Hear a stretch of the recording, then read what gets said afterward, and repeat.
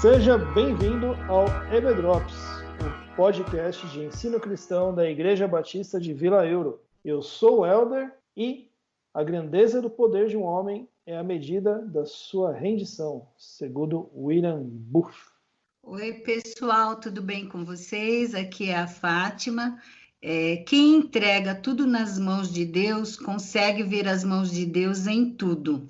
Oi, pessoal, tudo bom? Aqui é o André. E como disse a Kay Warren, esposa de Rick Warren, entregar-se a Deus não é a melhor forma de viver, é a única.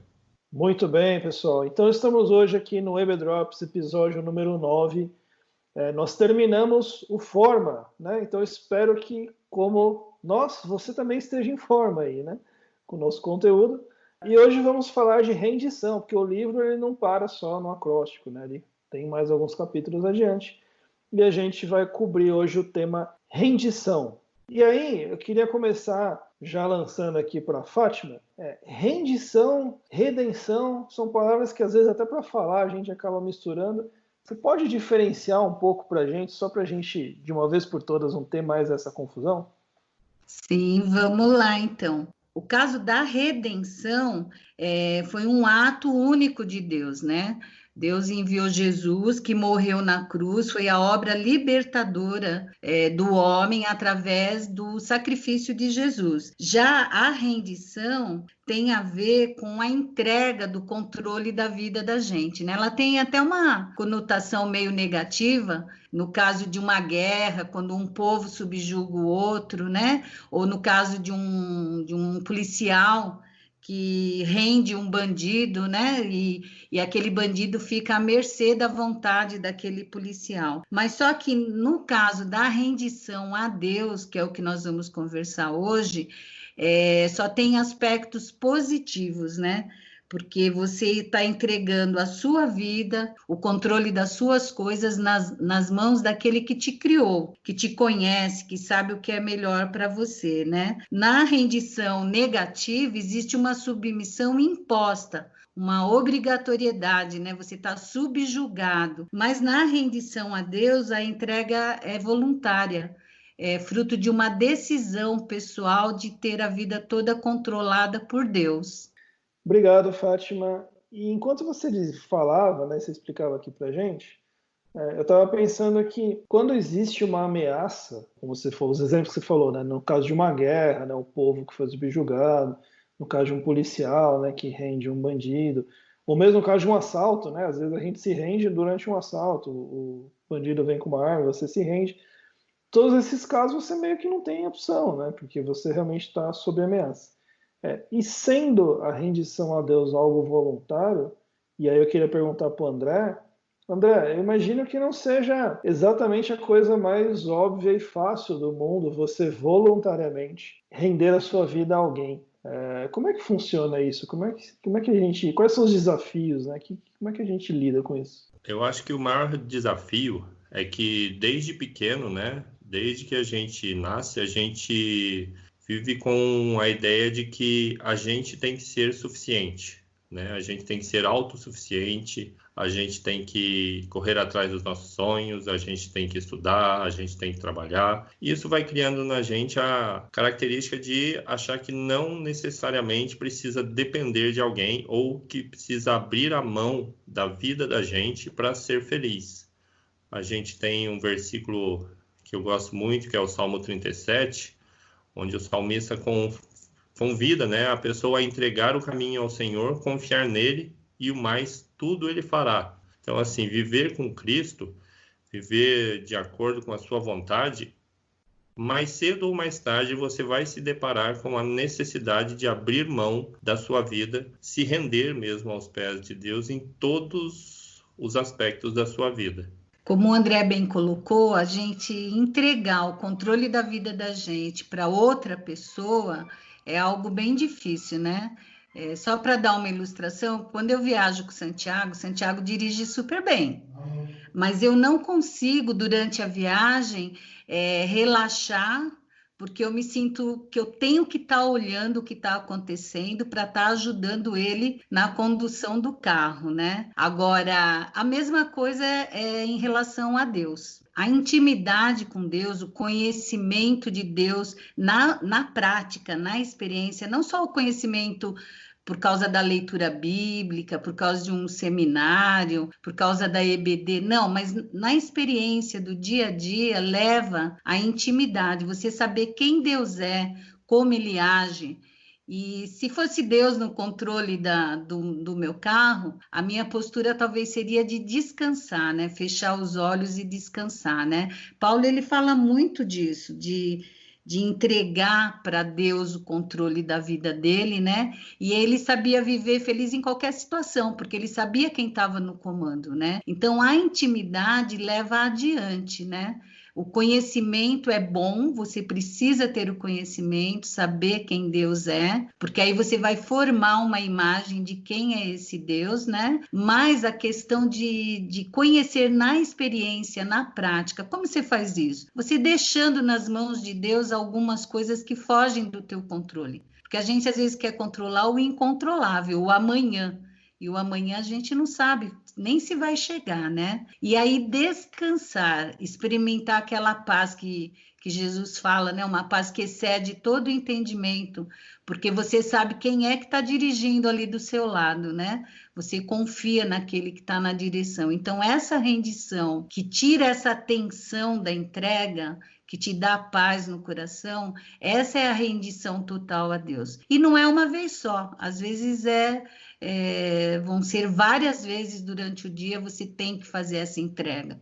Você tem que se lembrar quem é que está dirigindo a tua vida para você poder descansar. Principalmente na época que a gente está vivendo, né, Helder? Que às vezes gera tanto medo, tanta insegurança, sem saber o que vai acontecer, e gera uma angústia, mas quando você lembra quem é o seu Deus, que você conhece intimamente, você descansa, você tem paz para viver sem angústia, sem sofrimento, sem depressão.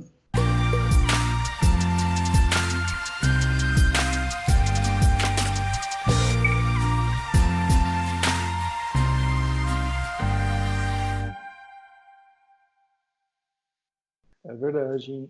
Em épocas tensas, né, como as nossas, né, em épocas onde a gente fica mais ansioso, né, com tudo isso que está acontecendo, muitas vezes a gente acaba querendo ou tentando, né, resolver as coisas por nós mesmos e, de repente, mete até os pés pelas mãos, né?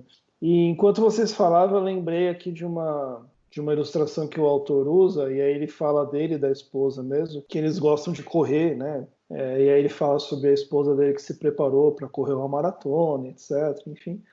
Mas o que eu achei bem interessante é que ele fala o seguinte: olha, se a minha esposa fosse para a maratona com uma bota de fazer trekking e uma mochila nas costas, né? Aquelas mochilas grandes, tal, de mochileiro, primeiro que ela ia correr muito devagar, né? Ela ia diminuir a velocidade dela.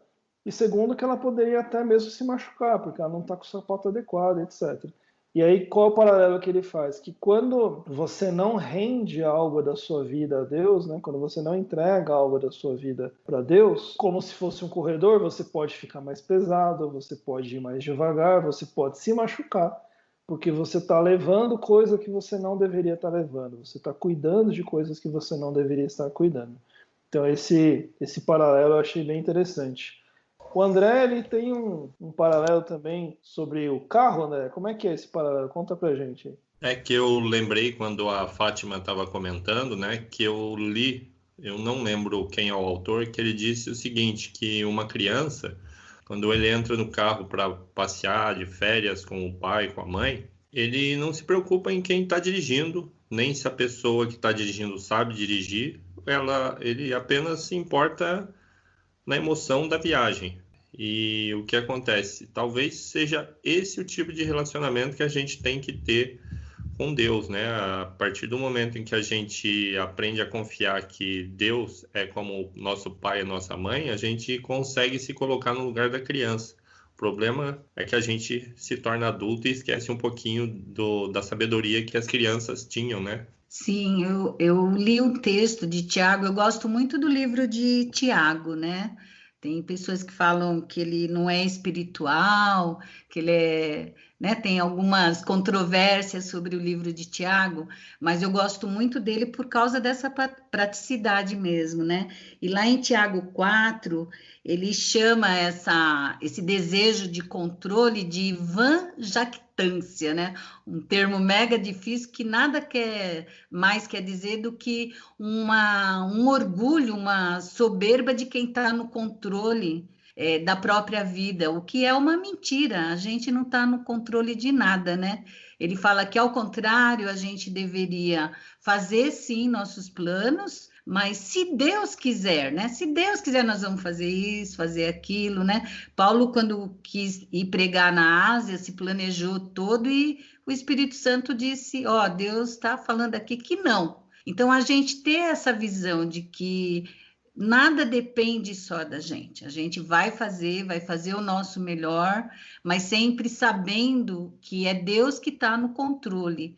E aí, quando as coisas dão erradas, a gente não se frustra tanto, não fica tão deprimido, porque a gente sabe que quem está no controle é um pai amoroso, que cuida da gente e que sabe que é o que é melhor para cada um de nós, né?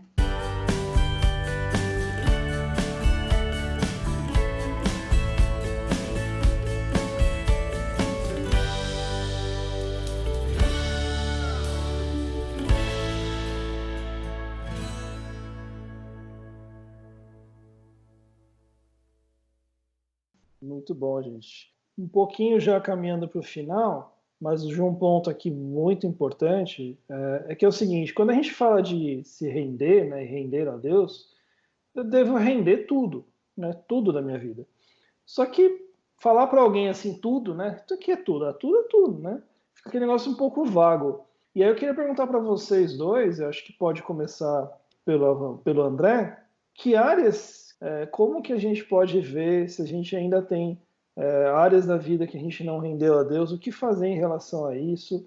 Você pode contar um pouco para a gente? Como a gente está vendo, né, é uma luta diária, porque é uma luta contra o nosso próprio eu, né? Então, assim, a gente tem que aprender a entregar a Deus nossas preocupações, né? Um tempo como esse que a gente está de incertezas, a gente tem que lembrar o que Jesus ensinou, que para mim é o meu versículo preferido, né? Que não devemos nos preocupar com amanhã, pois basta a cada dia o seu mal ou as suas dificuldades.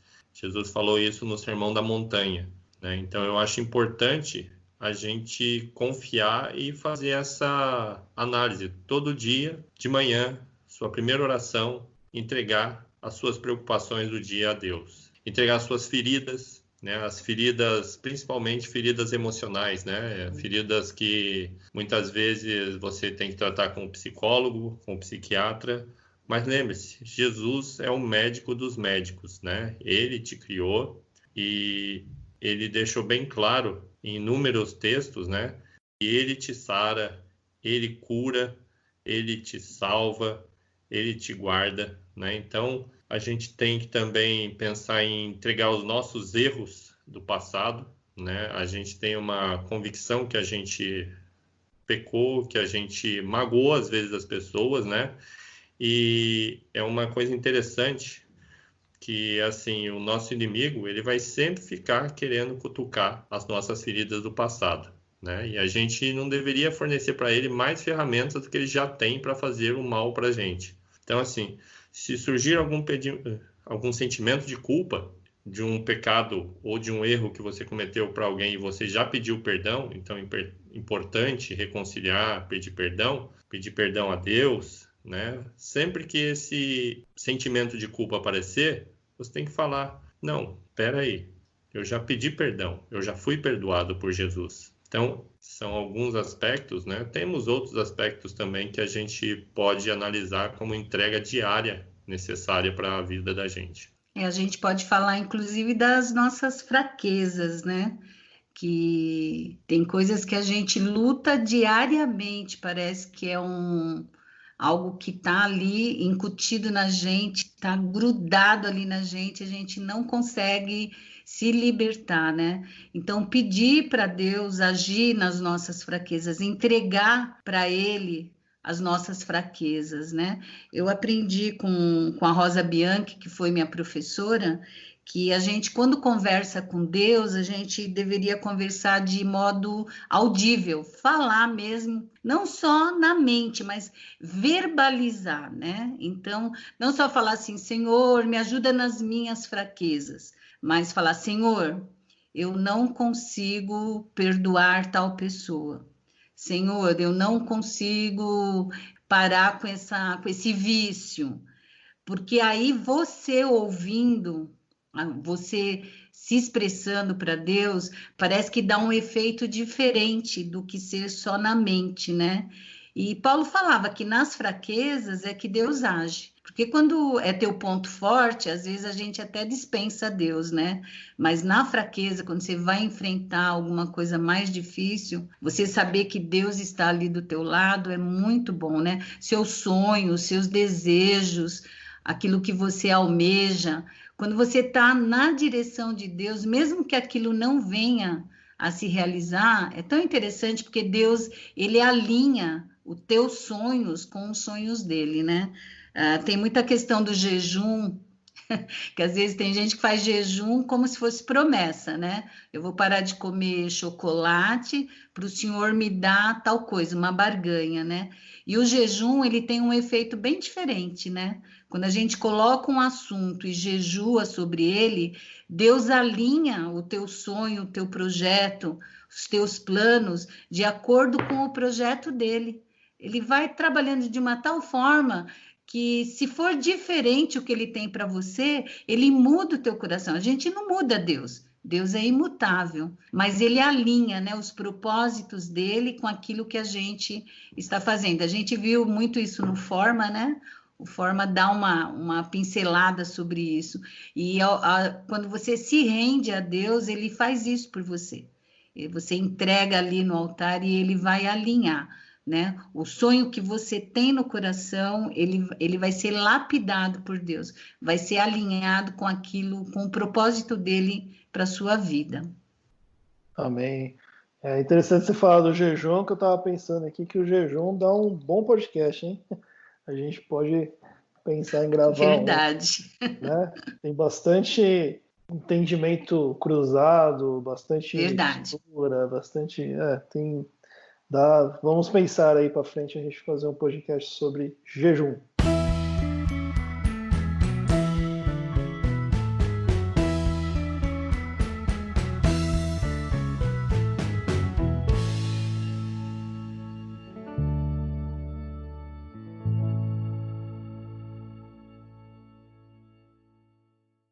Pessoal, vamos caminhando para o final, então.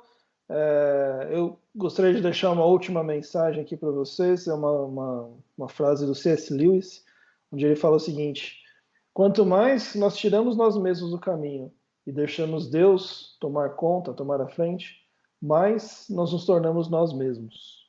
Então, o caminho de você se tornar quem Deus fez você para ser é deixar Ele cuidar de tudo. O que eu gostaria de falar é que a rendição sempre vai ser difícil, é uma decisão difícil, exige renúncia, oração, confiança, obediência, só que nos trará experiências tão maravilhosas, né? Coisas sobrenaturais. Vale a pena você tentar, né? Experimentar, entregar tudo no altar dele. Começa com pouca coisa. Começa com algo simples e aí você vai experimentar coisas maravilhosas com Deus. A intimidade vai te levar a descansar completamente nos braços de Deus. Eu queria deixar, né, essa lembrança de que é uma constante diária, né? Então, assim, a gente acha que é de uma hora para outra, mas não é. Mas, como diz um velho ditado, né, se você não der o primeiro passo, você não vai sair do lugar. Então, comece a aprender a render um pouquinho por dia do seu ego para Deus, para que Ele possa trabalhar em você a plenitude do que Ele quer para a sua vida. Beleza. Bom, pessoal, é isso. Terminamos mais um episódio número 9 do EB Drops. E semana que vem eu acho que teremos Lucas de volta, pessoal. Vamos ver se o Lucas. O Lucas está descansado, está dormindo, gente. Está tranquilo, tá bom? Então ele vai voltar cheio de energia para ajudar a gente aqui no EB Drops. Beleza, pessoal? Então até a próxima. Obrigado e tchau, tchau. Até, um beijão, pessoal. Tchau, tchau. Tchau, com Deus.